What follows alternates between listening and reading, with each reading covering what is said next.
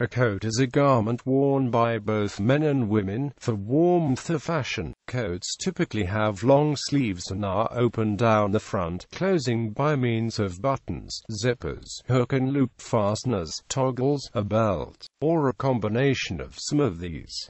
Other possible features include collars, shoulder straps and hoods. Persian were the first people that made a coat. Etymology. Coat is one of the earliest clothing category words in English, attested as far back as the early Middle Ages. The Oxford English Dictionary traces coat in its modern meaning to c.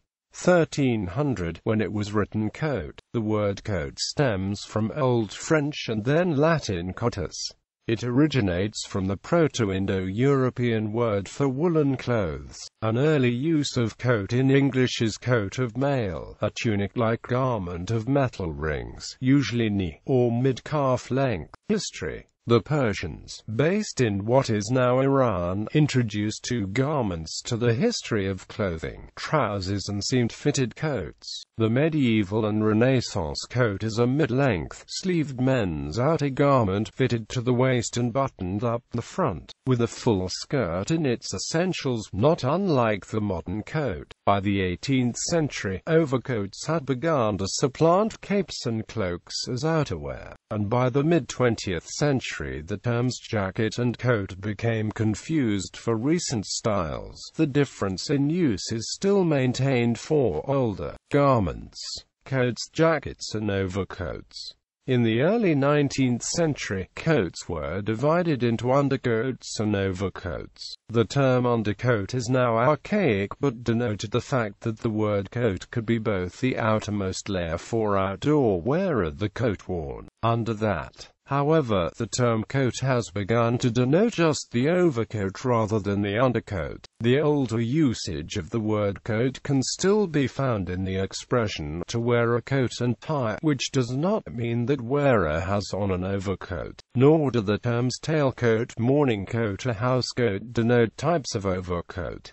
Indeed, an overcoat may be worn over the top of a tailcoat. In tailoring circles, the tailor who makes all types of coats is called a coat maker. Similarly, in American English, the term sports coat is used to denote a type of jacket not worn as outerwear. The term jacket is a traditional term usually used to refer to a specific type of short undercoat. Typical modern jackets extend only to the upper thigh in length, whereas older coats such as tailcoats are usually of knee length. The modern jacket worn with the suit is traditionally called a lounge coat in British English and a sack coat in American English. The American English term is rarely used. Traditionally, the majority of men dressed in a coat and tie, although this has become gradually less widespread since the 1960s, because the basic pattern for the stroller and dinner jacket are the same as lounge coats. Tailors traditionally call both of these special types of jackets a coatum. An overcoat is designed to be worn as the outermost garment worn as outdoor wear, while this use is still maintained in some places, particularly in Britain. Elsewhere, the term coat is commonly used mainly to denote only the overcoat and not the undercoat. A topcoat is a slightly shorter overcoat, if any distinction is to be made. Overcoats worn over the top of knee-length coats such as frock coats, dress coats, and morning coats are cut to be a little longer than the undercoat so as to completely cover it, as well as being large enough to accommodate the coat underneath. The length of an overcoat varies, mid-calf being the most frequently found and the default when current fashion isn't concerned with hemlines. Designs vary from knee length to the ankle length, briefly fashionable in the early 1970s and known as the maxi. Speakers of American English sometimes informally use the words jacket and coat interchangeably. Types 18th and 19th centuries. Some of these styles are still worn. Note that for this period only coats of the undercoat variety are listed, and overcoats are excluded.